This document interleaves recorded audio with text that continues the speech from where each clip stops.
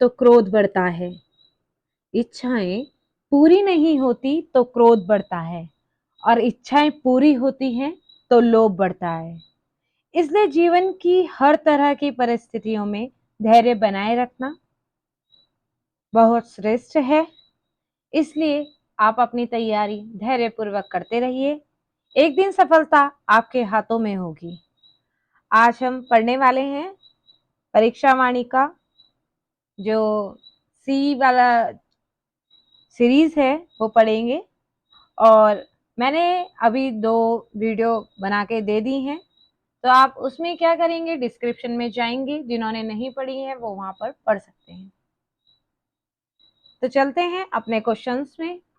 मैंने आपको पढ़ाना था राज्य प्राप्ति आंदोलन के शहीदों के बारे में, जो कि मैंने नहीं पढ़ाया था। आप अपनी परीक्षा वाणी खोल सकते हैं सभी। जीत बहादुर गुरुंग की बात करते हैं। ये शहीद हो गए थे 8 अगस्त 1994 में पौड़ी में।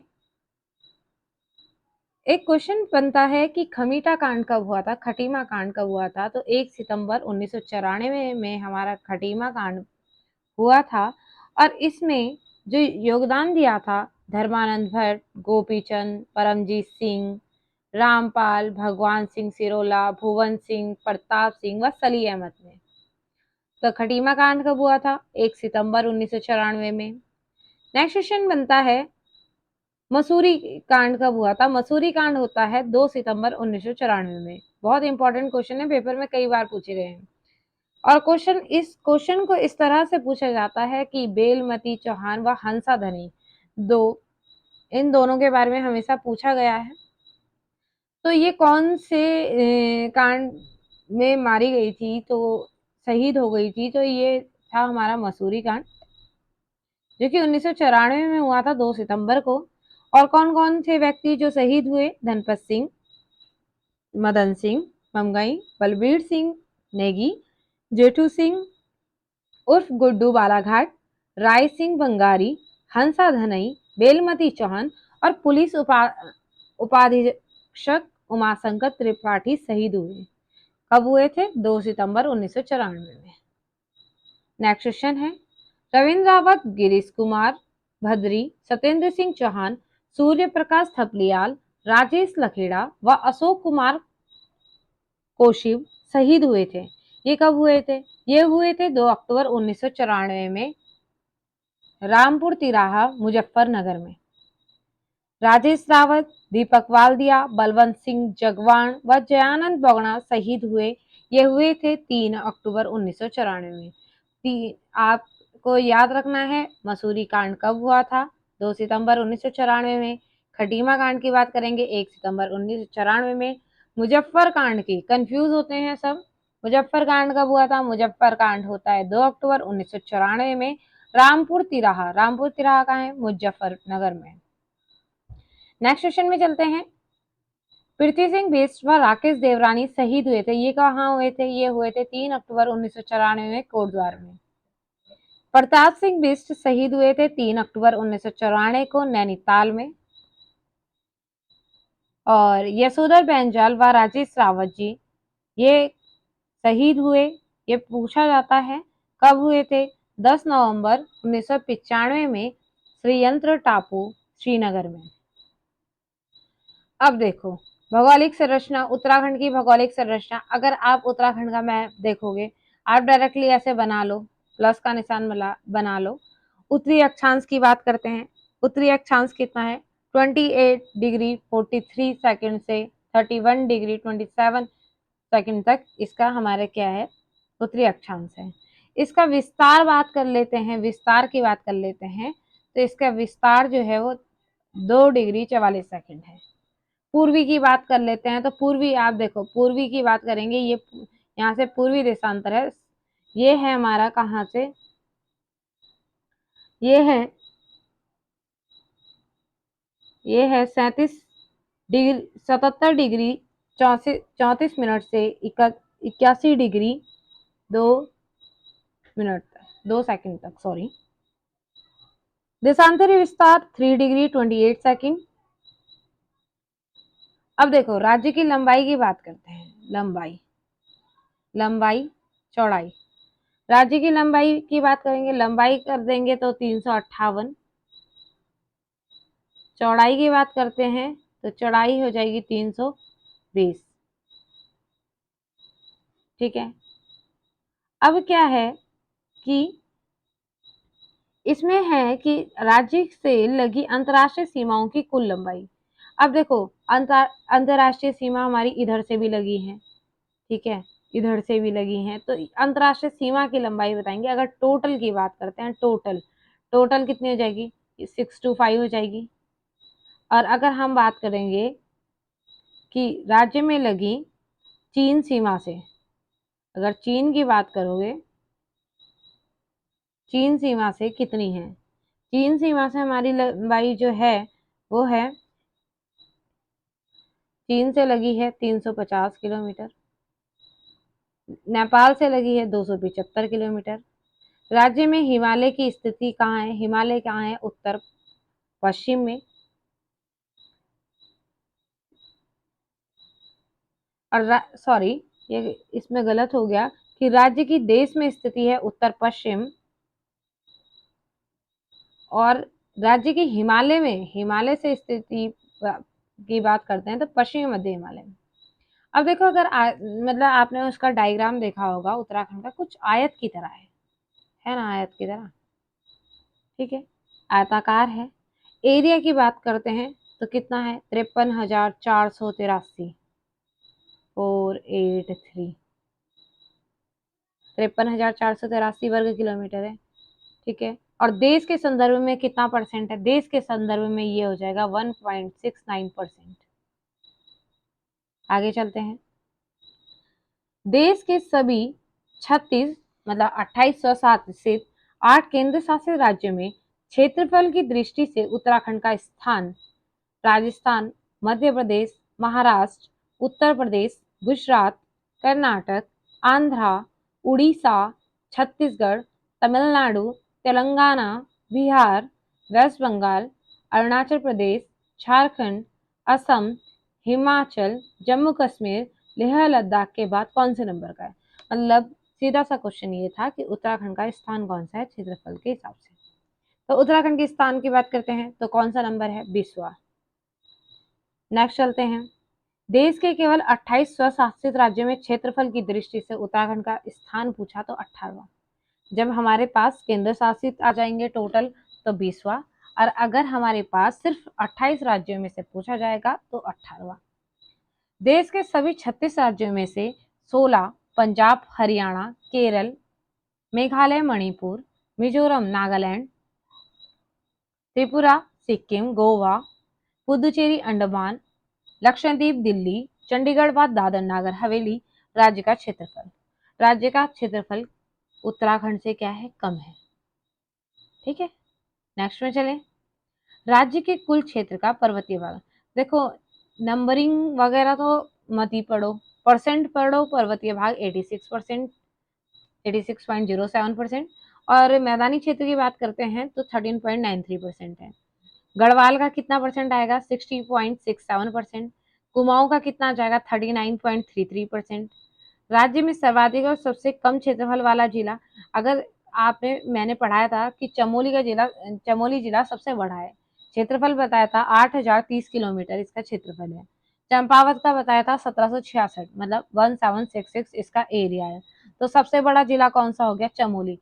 चमोली, 3 जिले बड़े बड़े बताए थे ना, एक ऊपर में यहाँ पे क्या है, इस साइड है उत्तरकाशी, इस साइड है हमारा चमोली, इस साइड हमारा पिथौरागढ़, अगर मैप में देखा होगा तो ये हो गया, समझ में आ गया। राज्य के सभी जिले घटते क्रम में, देखो अब यहाँ पे सबका एरिया बता रखा है। चमोली देख लो, चमोली सबसे बड़ा जिला, 8,030 वर्ग किलोमीटर। उत्तरकाशी में चलते हैं, उत्तरकाशी, चमोली में कुछ घटना पता है क्या हुई, या मतलब चमोली में क्या चीज है, तो ये आपके लिए क्वेश्चन है कि चमोली में मुझे बताइए कौन सा मंदिर है, उत्तरकाशी में क्या चीज है। पता है उत्तरकाशी में मैं गई थी तो वहां पे एक लंका नामक जगह भी थी, मुझे अच्छा लगा सुन के, लंका। 8,016 वहां का एरिया है। पिथौरागढ़ मुनस्यारी पहुंच जाओ डायरेक्ट, 7090 किलोमीटर। पौड़ी, हमारे साथ पौड़ी के बच्चे भी थे, तो पौड़ी की उन्होंने बहुत सारी स्टोरी बताई है। इसका क्षेत्रफल है 5329। उसके बाद नेक्स्ट चलते हैं नैनीताल में। नैनीताल 4251, नीम करौली बाबा का मंदिर। टिहरी चलते हैं, 3462, 3462। फिर चलते हैं अल्मोड़ा। अल्मोड़ा में चलेंगे तो क्या हो जाएगा, 3139। देहरादून 3088। उधम सिंह नगर 2542। हरिद्वार की बात करते हैं, हरिद्वार 2360। बागेश्वर 2246। रुद्रप्रयाग 1984 और चंपावत 1766। तो सबसे बड़ा और सबसे छोटा तो याद रखना ही रखना है, ठीक है, और कोई याद हो ना हो। चमोली 8030 वर्ग किलोमीटर और चंपावत है 1766 वर्ग किलोमीटर। राज्य की प्राकृतिक सीमा की बात करते हैं तो उत्तर में, अगर उत्तर यहाँ पे बात करते हैं, उत्तर में क्या है, तिब्बत, हिमालय, ये हो गया। फिर क्या है पश्चिम में, अब पश्चिम में क्या है, यहाँ से हमारी कौन सी नदी आ रही, टोन्स नदी, ठीक है। फिर पूरब में, इधर में हमारी कौन सी नदी है, काली नदी, ठीक। उसके बाद दक्षिण पूरब में, दक्षिण पूरब में कौन सी, दक्षिण पूर्व व दक्षिणी तथा दक्षिणी क्षेत्र में, अब इस साइड हमारा क्या है, तराई क्षेत्र, ठीक है। तो ये ध्यान रखना, ये चीज मैं आपको पढ़ाऊंगी आगे ना, बस आप इतना ध्यान रखो, ऊपर क्या है नीचे क्या है, ये चीजें ध्यान रखना है। नेक्स्ट चलते हैं राज्य की राजनीतिक सीमा। राज्य की राजनीतिक सीमा में भी चल लेते हैं। अब देखो, पूरब की बात कर रहे हैं, यहाँ पे है नेपाल। उत्तर में है यहाँ पे तिब्बत और चाइना। फिर क्या है, पश्चिम में क्या है, हिमाचल प्रदेश, यहाँ पे क्या है, एचपी, ठीक है। दक्षिण, अब फिर क्या है हमारा, पश्चिम में हिमाचल प्रदेश हो गया, दक्षिण पश्चिमी दक्षिणी तो दक्षिणी पूर्व में इस साइड हमारा क्या हो जाएगा, यूपी, ठीक है, उत्तर प्रदेश स्थित है। इतना आपको समझ में आया। राज्य की अंतरराष्ट्रीय सीमा, उत्तर में क्या है, तिब्बत और पूर्व में क्या है, नेपाल, ये मैंने आपको बताया था, ये हो गया कंप्लीट। नेक्स्ट चलते हैं, बात करते हैं गढ़वाल का द्वार, पूछा जाता है पेपर में, कोट द्वार, ठीक है। कुमाऊं का द्वार, सॉरी, कुमाऊं का द्वार कौन सा हो जाएगा, कुमाऊं का द्वार हो जाएगा हमारा काठगोदाम। काठगोदाम गए हो, ये हो जाएगा काठगोदाम। काठगोदाम का है, नैनीताल में। नेक्स्ट है प्रदेश में सटे राज्यों, प्रदेश में सटे राज्यों की संख्या कितनी है, 2। कौन कौन से, हमारी जो है हिमाचल प्रदेश और उत्तर प्रदेश। सर्वाधिक सीमा वाले राज्य की बात करते हैं, सर्वाधिक सीमा कहाँ की है, तो सर्वाधिक सीमा है हमारे यूपी की, ठीक है। सबसे कम सीमा कौन से राज्य की लगेगी, सबसे कम सीमा हमारे हिमाचल प्रदेश की लगती है। सर्वाधिक राज्यों को स्पर्श करने वाला जिला की बात करते हैं, जिला है हमारा देहरादून, जहां हम रहते हैं, जहां मैं रहती हूँ। ये कौन कौन से जिले को टच करता है, तो यूपी और एचपी को, दोनों को टच करता है। उत्तर प्रदेश को स्पर्श करने वाले जिले देखेंगे तो उत्तर प्रदेश को 5 जिले कहते हैं। कौन कौन से हो गए, देखो, अब यूपी है, अगर उसकी स्थिति बताई थी यहाँ पर, यहाँ पर ये है यूपी। अब अगर मैप देखते हो आप, अपने आगे मैप रखना, उसके इधर पे क्या है हमारा, देहरादून, ठीक है, देहरादून हो गया। नीचे चलोगे हरिद्वार, ठीक है। फिर इस साइड चलोगे यहाँ पे पौड़ी, फिर चलोगे इधर तो यहाँ पे थोड़ा सा नैनीताल टच हो रहा है, और जो नीचे का है इधर, ये है उधम सिंह नगर। इतना आपको समझ में आ गया, ठीक है। नेक्स्ट चलते हैं, नेक्स्ट है हमारा उत्तर प्रदेश की सीमा मैंने बता दी। हिमाचल प्रदेश की बात करते हैं, हिमाचल प्रदेश से 2 डिस्ट्रिक्ट लगते हैं, एक देहरादून है, एक उत्तरकाशी है हिमाचल प्रदेश से। नेपाल की बात करते हैं, नेपाल ऊपर की साइड है, उत्तर की साइड है, तो नेपाल में लगते हैं, नेपाल में 3 लगेंगे, साइड से आ जाओ नेपाल, तो उधम सिंह नगर, चंपावत और पिथौरागढ़। चीन की बात करते हैं या तिब्बत की बात करते हैं, इसमें भी 3 लग रहे हैं, ऊपर वाले जो बड़े जिले हैं वो चीन और तिब्बत को स्पर्श करते हुए आ रहे हैं, वो हैं पिथौरागढ़, चमोली और उत्तरकाशी।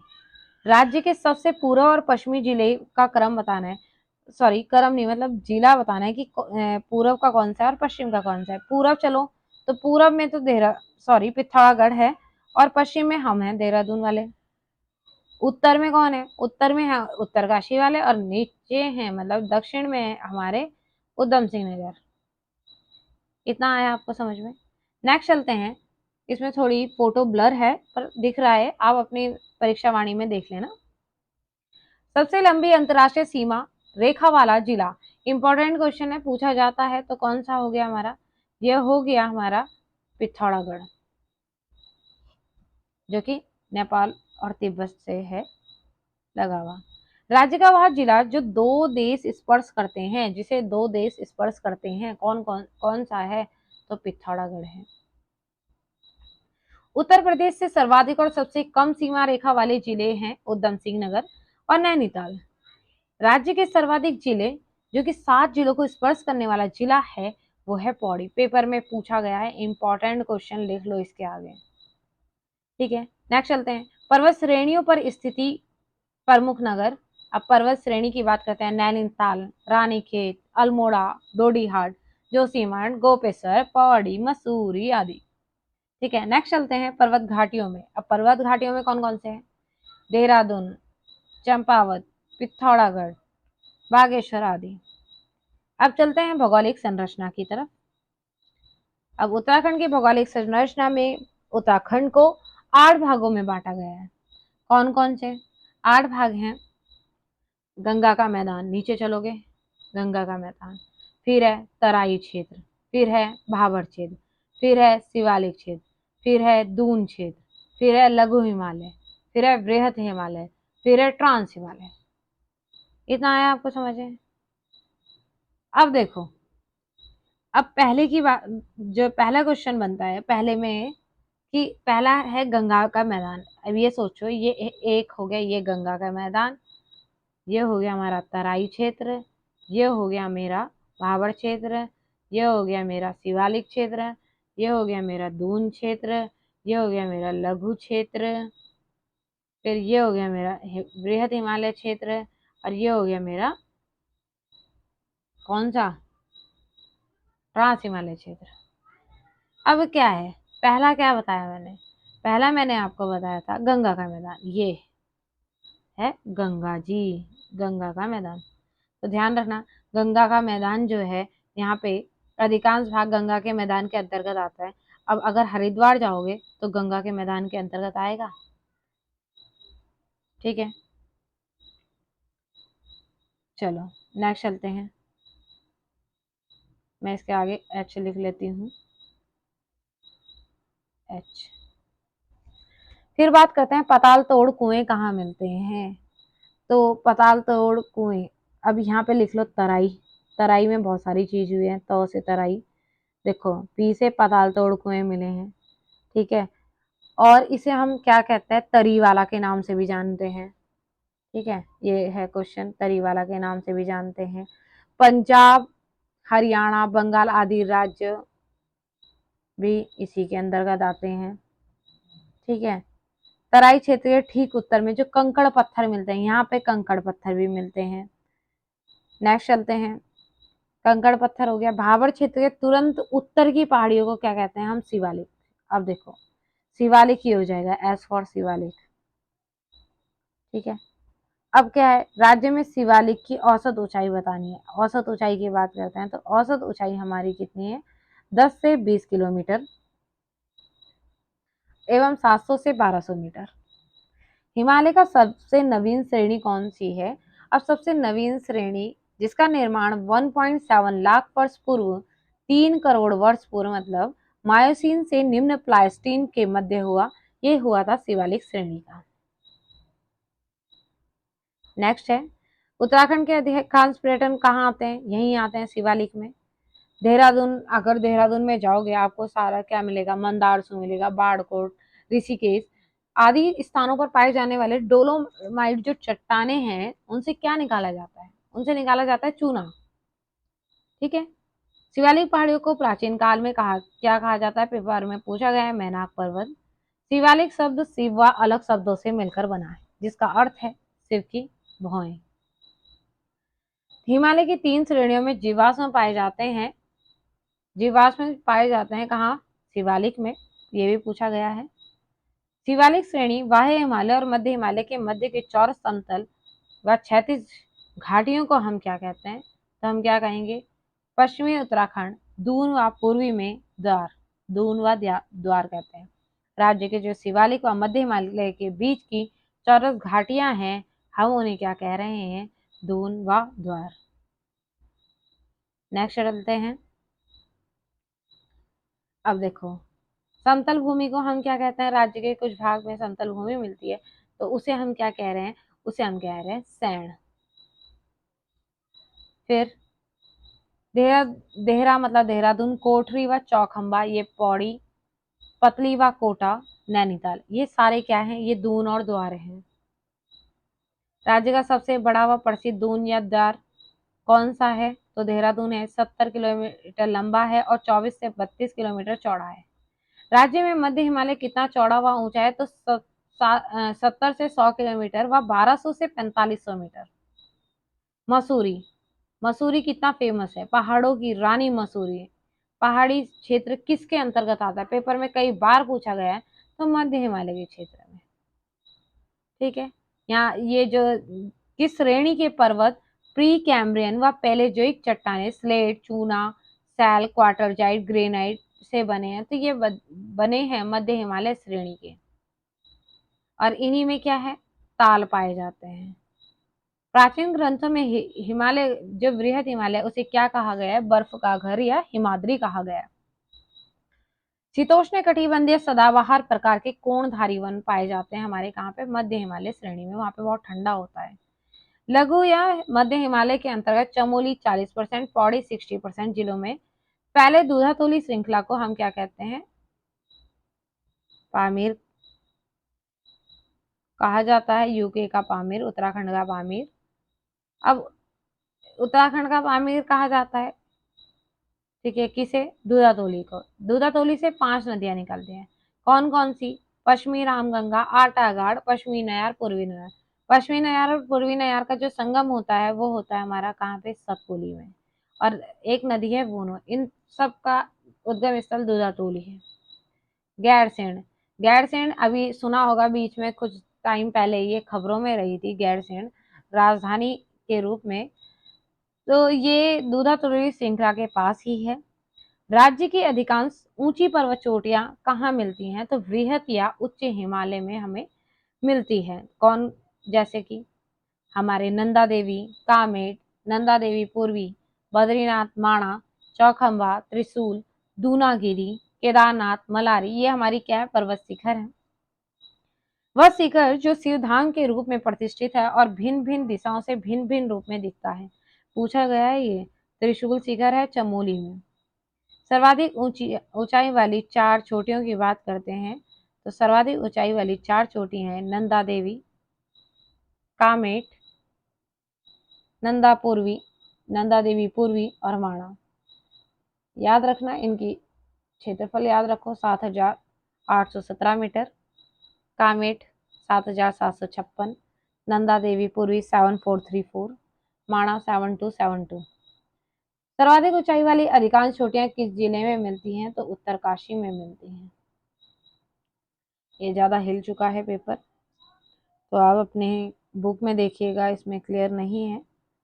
जितना दिख रहा है वो देख सकते हैं। भागीरथी हो गया 6,856 मीटर, बंदरपूछ हो गया 6,315 मीटर, गंगोत्री की बात करते हैं 6,672 पर्वत चोटियां हैं ये कहाँ है? ये उत्तरकाशी में स्थित है। उच्च हिमालय क्षेत्र के विशाल हिमनद ग्लेशियर साक्ष्य प्रस्तुत करते हैं। ये प्लाइस्टोसिन युग के हिमाच्छादन को दिखाते हैं। फूलों की घाटी स्थित है। फूलों की घाटी वृहद हिमालय क्षेत्र में स्थित है। और बृहद हिमालय के जो मूल निवासी हैं वो होते हैं भोटिया लोग। और वृहद हिमालय क्षेत्र में ग्रीष्मकालीन में पशुचारण हेतु आते हैं कौन कौन? जाड़ और मार्चे मार्के लोग। नेक्स्ट चलते हैं जलवायु में, हमारे यहाँ की जलवायु कैसी है। ग्रीष्म ऋतु जो है उसे हम बोलते हैं, मतलब मार्च से जून तक का जो टाइम होगा उसे बोलते हैं रोड़ी व खरसाऊ। और सामान्यतः यहाँ पे उष्णकटिबंधीय दशाएं भी पाई जाती हैं। तीनों हिमालय में सर्वाधिक सबसे कम तापमान किन क्षेत्रों में होता है? तो शिवालिक व वृहद हिमालय क्षेत्र में होता है। वर्षा ऋतु में सर्वाधिक वर्षा किस हिमालय में होती है? तो बाह्य हिमालय या शिवालिक हिमालय क्षेत्र में। कितनी होती है? 200 सेंटीमीटर से अधिक होती है। शिवालिक हिमालय का वह कौन सा भाग है जहां वर्षा ऋतु सामान्यता सर्वाधिक होती है? तो नरेंद्र नगर टिहरी चल जाइए, 318 सेंटीमीटर वर्षा होती है। वर्षा ऋतु में सबसे कम वर्षा की बात करते हैं। सबसे कम वर्षा कहाँ होती है? सबसे कम वर्षा जो हमारी होती है वो होती है वृहद हिमालय के ऊपरी भागों में, 40 से 80 सेंटीमीटर। राज्य में सर्वाधिक शीतकालीन वर्षा होती है कहाँ होती है? ये पौड़ी, टिहरी, अल्मोड़ा और देहरादून में। राज्य में औसत वार्षिक वर्षा की बात करते हैं 150 से 200 सेंटीमीटर होती है। दक्षिण से उत्तर चढ़ने पर वर्षा का जो क्रम है वो घटता है। राज्य में अधिकतर वर्षा 2013 में देहरादून में हुई थी, 3,265.2 मिलीमीटर। सर्वाधिक तापमान वाला क्षेत्र वायु हिमालय क्षेत्र के दक्षिणी ढाल से तराई तक के क्षेत्र में। अब जो अधिकतम तापमान बताया गया है वो 2020 की दृष्टि से पंतनगर 41 डिग्री सेल्सियस। सबसे कम वृहद हिमालय का ऊपरी क्षेत्र। न्यूनतम तापमान की बात करते हैं, ये बताया गया है मुक्तेश्वर का। सबसे ठंडा महीना जो है वो है जनवरी। प्राय दिसंबर जनवरी में विंटर लाइन नामक प्राकृतिक घटना होती है, जब कहीं सूर्यास्त के समय 15 से 20 मिनट तक सूर्य की लालिमा लंबी क्षैतिज रेखा की भांति दिखे तो उस दृश्य को हम क्या कहते हैं? विंटर लाइन कहते हैं। नेक्स्ट चलते हैं दर्रों में, प्रमुख दर्रे याद कर लेते हैं। चलो पहले मैं आपको थोड़े जिले बताती हूँ, थोड़े से, सॉरी। देखो यहाँ पे हमारा क्या है, इतना उत्तरकाशी लगा लो, ये हो गया चमोली, ये हमारा पिथौरागढ़, ठीक है, यहीं पे चंपावत, इसके नीचे उधम सिंह नगर, ठीक है, यहाँ पे हो जाएगा देहरादून, देहरादून, यहीं पे हरिद्वार, यहीं पे पौड़ी, नैनीताल, बागेश्वर, ऐसे करके आप जिले लगा लो अपना आप से ही। अब देखो पहला क्वेश्चन है, अब ये मैंने क्या बताया था, ये क्या है? उत्तरकाशी, ये क्या है? चमोली, ये क्या है? पिथौरागढ़। अब पहला क्वेश्चन क्या है? चमोली और तिब्बत के जो दर्रे हैं वो बताने हैं, C+T करना है। नीति, किंगरी बिंगरी, माणा, डुंगरीला, बालचा, सलसल, तंचुम, कोई, भ्युमडार, बार चोरहुती, लमलंग, घाटरलिया आदि। ये क्या है हमारे? ये जो दर्रे हैं ये हमारे दर्रे कहाँ कौन से हैं? चमोली व तिब्बत वाले। पिथौरागढ़ और तिब्बत की बात करते हैं तो क्या करोगे? लिपू लेक हो गया, लिपू लेक पिथौरागढ़ में पता है सबको, गुंजी, दारमा, नवीधुरा, मानसिया, लम्बिया, ऊंटा व जयंती। उत्तरकाशी और तिब्बत की बात कर लेते हैं, थांगला, मुलिंगला, नेलंग, सांगचोकला। अब चमोली और पिथौरागढ़ की बात करते हैं। अब देखो तुम टोपी पहन के जाओगे कहाँ? पिथौरागढ़, चमोली और पिथौरागढ़ में। लातू धुरा, टोपी धुरा, मार्च चौक, बारह होती। उत्तरकाशी व हिमाचल प्रदेश की बात कर लेते हैं तो ये है श्रीकंठ दर्रा। पिथौरागढ़ और चंपावत की बात करते हैं तो अब क्या हुआ, इन्होंने पीसी नहीं क्या कर दिया, लाश बिछा दी, मतलब पिथौरागढ़ चंपावत के जो दर्रा है वो है लासपा दर्रा। अब पिथौरागढ़ और बागेश्वर की बात करते हैं, इन्होंने क्या करा, ट्रेन चला दी यहाँ पे। तो पिथौरागढ़ और बागेश्वर के बीच कौन सा दर्रा स्थित है? तो ट्रेल पास। बागेश्वर और चमोली में कौन सा दर्रा है? अब ये सुंदर है तो सुंदर डूंगा दर्रा है। उत्तरकाशी व चमोली की बात करते हैं। उत्तरकाशी और चमोली की बात करेंगे तो उत्तरकाशी और चमोली की बात करते हैं तो कौन सा दर्रा हो गया? उत्तरकाशी और चमोली में स्थित दर्रा कालिंदी दर्रा है। दारमा और व्यास घाटी में सिलना दर्रा है, पेपर में पूछा गया है। दारमा लस्सर जो है लस्सर यांगटी घाटी गंगाचल पिथौरागढ़ में है। दारमा व कुंथी घाटी यह है नावा पिथौरागढ़ में। मानसरोवर यात्रा के लिए वर्तमान में प्रयुक्त दर्रा रिपुलेख दर्रा है पिथौरागढ़ में। कुंवारी पास दर्रा ये कहाँ पर है? ये औली के निकट चमोली में। अब देखो 3 धुराएं पेपर में पूछा जा सकता है, कौन कौन सी धुराएं कौन कौन से मिलके बनी है? तो ऊंटा, जयंती, किंगरी बिंगरी। नेक्स्ट चलते हैं प्राकृतिक आपदा में। अब प्राकृतिक आपदा की बात करते हैं तो राज्य को प्रभावित करने वाली प्राकृतिक आपदाएं हैं। देखो हमारे यहाँ एक तो भूकंप आता रहता है, भूस्खलन आता रहता है, बादल फटना तो क्या ही कहें, अतिवृष्टि होती है, बाढ़ भी आई जाती है, हिमखंडों का गिरना भी हो ही जाता है और वनाग्नि भी हो ही जाती है। संवेदनशील भूकंप जोन की बात करते हैं। हमारा जो उत्तराखंड है यहाँ पर 2 भूकंप जोन है, एक है 4 एक है 5। तो देहरादून हो गया, टिहरी हो गया, उत्तरकाशी, नैनीताल ये आते हैं भूकंप 4 में। भूकंप 5 अति संवेदनशील जो है वो जोन 5 में आते हैं। तो चमोली हो गया, रुद्रप्रयाग हो गया, अल्मोड़ा हो गया, पिथौरागढ़, चंपावत आदि जिले ये अति संवेदनशील भूकंप जोन 5 में आते हैं।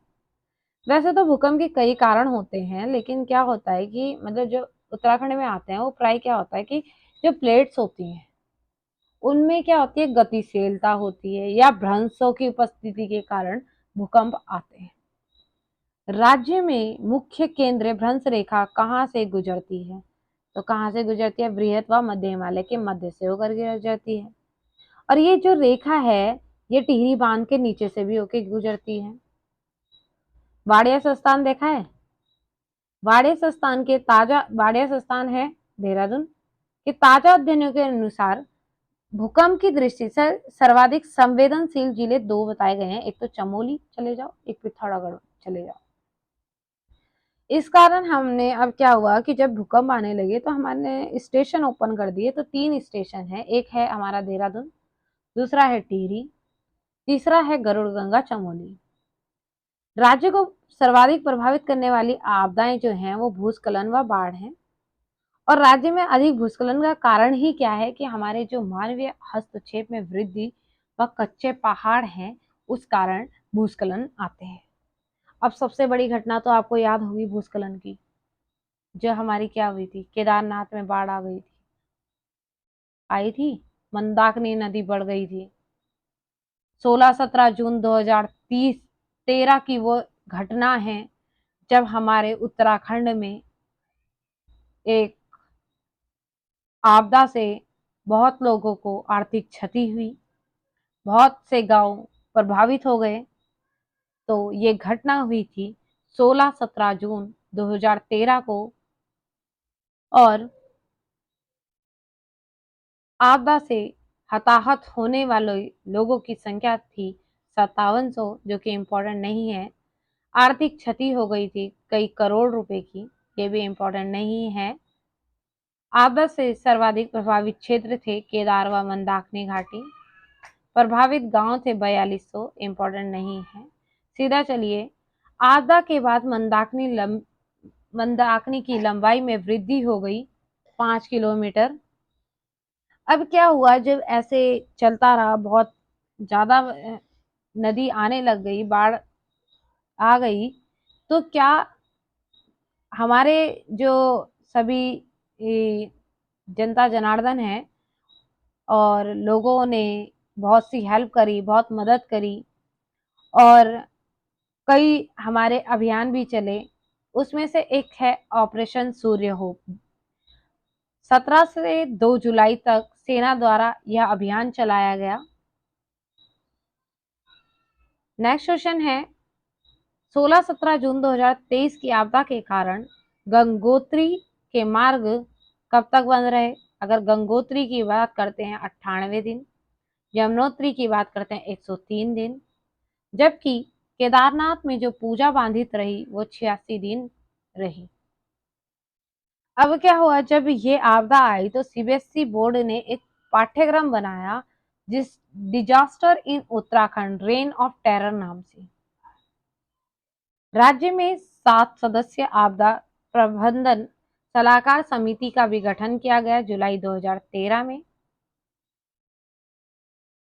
आपदा के समय तत्काल राहत से बचाव कार्य हेतु केंद्र में एनडीआरएफ की तर्ज पर 7 कंपनियों वाले एसडीआरएफ का गठन हुआ था 12 जुलाई 2013 में। बहुत इंपॉर्टेंट क्वेश्चन है। आपदा प्रबंधन हेतु प्रदेश को बांटा गया 25 सेक्टरों में। नदी तटों पर क्षति को देखते हुए तटों का निर्माण कार्य रोक दिया गया। कब रोका गया? 1 जुलाई 2013 को। नेक्स्ट चलते हैं। नेक्स्ट नहीं जाएंगे, आज की क्लास यहीं पे पूरी करें। कल मैं आपको पढ़ाऊंगी नदी, ग्लेशियर, झील, कुंड, प्रपात और संक्षिप्त की। मेरी कोशिश रहेगी कि आपको ये अच्छे से पढ़ाया जाए। और आप ध्यान रखिएगा कि आप जब ये पढ़ेंगे, नदी पढ़ेंगे या ग्लेशियर पढ़ेंगे या झील पढ़ते हो, कुंड पढ़ते हो, प्रपात पढ़ते हो, तो आपको क्या करना है, एक मैप बना लेना है अपने आगे। और मैप में क्या करना है, जैसे जैसे जिस चीज के बारे में बात हो रही होगी आप वो चीजें वहां पे रख देंगे, उस जिले में वो रख देंगे या बना लेंगे। वैसे मैं आपको इसका अभी तो मैं वन लाइनर करवा रही हूँ, लेकिन आगे मैं क्या कराऊंगी, इसे एक्सप्लेन कराऊंगी, इसे मैप में भी बताऊंगी। तो आज की क्लास यहीं पे पूरी होते हुए, अगर आपको मेरी क्लासेस अच्छी लग रही हो तो आप इसे लाइक करें, सब्सक्राइब करें एंड कमेंट करें। Thank you for watching.